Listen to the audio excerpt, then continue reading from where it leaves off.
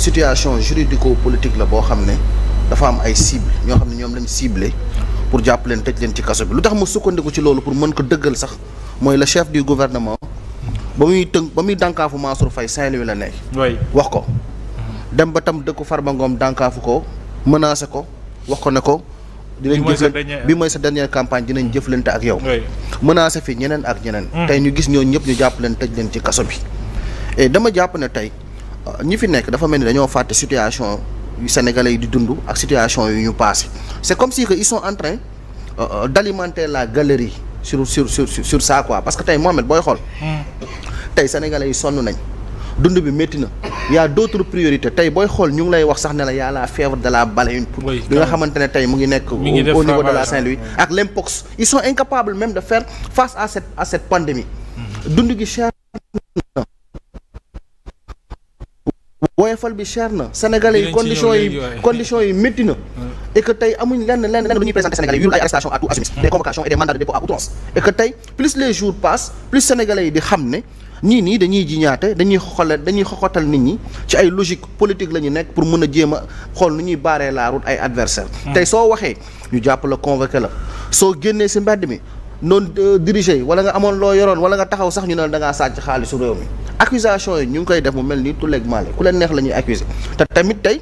nit ñi bu ñu taxawee tey ñoom seen biir taxaw di xool ay nit di leen xas di leen traiter de voleur di leen accuser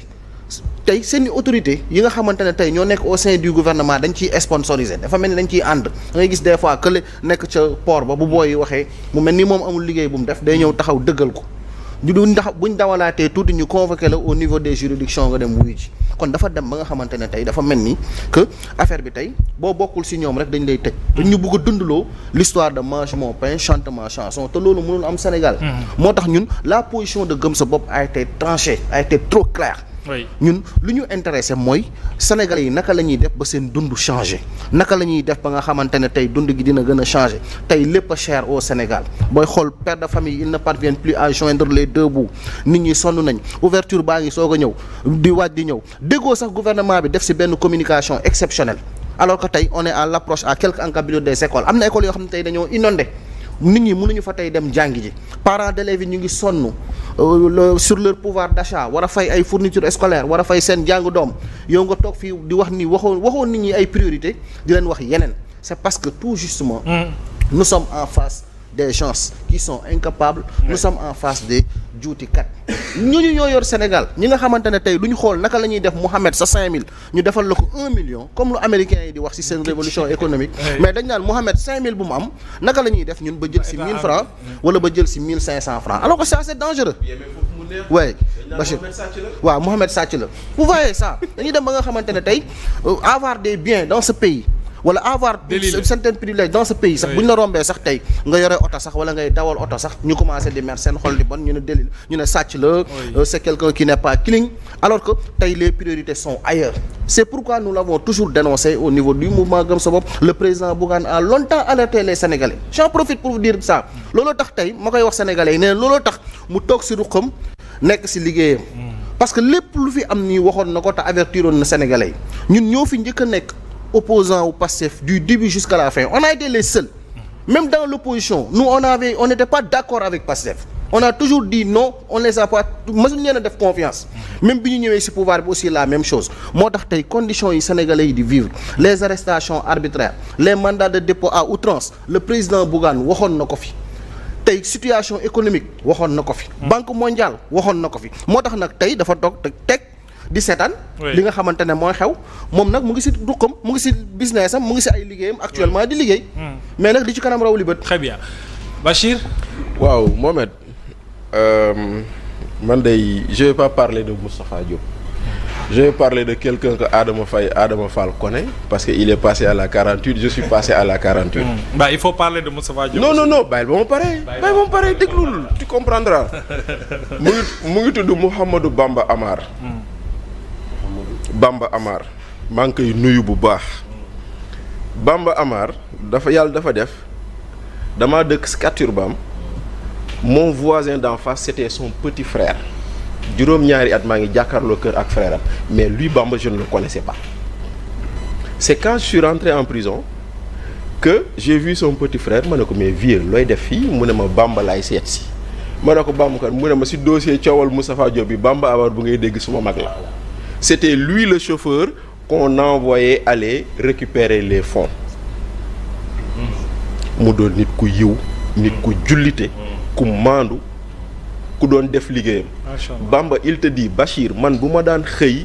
ñu ne ma demal jëli chèque bu ma tiyee chèque bi laay tiit ba dellu si. mu naan la Bachir man dañ sunu gestionnaire bi da doon woote éco BOA pour xool fan moo am assez de liquidité ñu ne ko demal Poste Thiaroye BOA Poste Thiaroye demal Yaraax demal Almadi nee na bu ma duggee sama oto damay verrouiller sama oto téye xaalis bi yenn saay toog ci ragal ku ko jël wala muy egsi ñu naan xaalis bi am na lu manqué. mu ne ma teew des fois ma tooñ ko ma ne ko Bamba dëggantaan mosoo si coppati benn 10 000 francs sax mu ne mais Bachir bàyyi ma waayu tamit man dama doon téye xaalis bi di tiit di ragal ndekete lii lañ ma siy fayee. kon man quand vous parlez de Moustapha Diop c'est vrai jàmbaar la waaye am na ñeneen ñoo xam ne c'est des dommages collatéraux de cette affaire moo tax j'ai préféré parler de Bamba. Oui. Parce que dama dund ak moom 35 jours de prison. Ah, quand même, 35 moi j'ai fait 35 jours à Rebeuss.